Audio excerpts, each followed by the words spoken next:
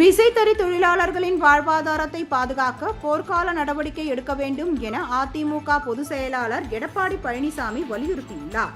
இது தொடர்பாக அவர் வெளியிட்டுள்ள அறிக்கையில், கோவை, திருப்பூர் மாவட்டங்களில் சுமார் 1.5 லட்சத்திற்கும் மேற்பட்ட விசைத்தறிகள் இயங்கி வருகின்றன.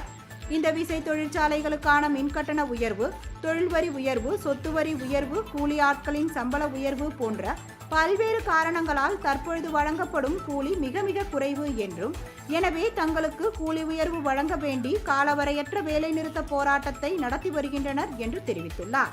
வேலைநிறுத்த போராட்டம் தொடர்பான பேச்சுவார்த்தையில் உடன்பாடு ஏற்பட்டதால் லட்சக்கணக்கான தொழிலாளர்களின் வாழ்வாதாரம் பாதிக்கப்பட்டுள்ளதாகவும், ஆனால் இதுவரை திமுக அரசு விசைத்தறி உரிமையாளர்களின் போராட்டத்தை முடிவுக்கு கொண்டு வர எந்த நடவடிக்கையும் எடுக்கவில்லை என குற்றம் சாட்டியுள்ளார்.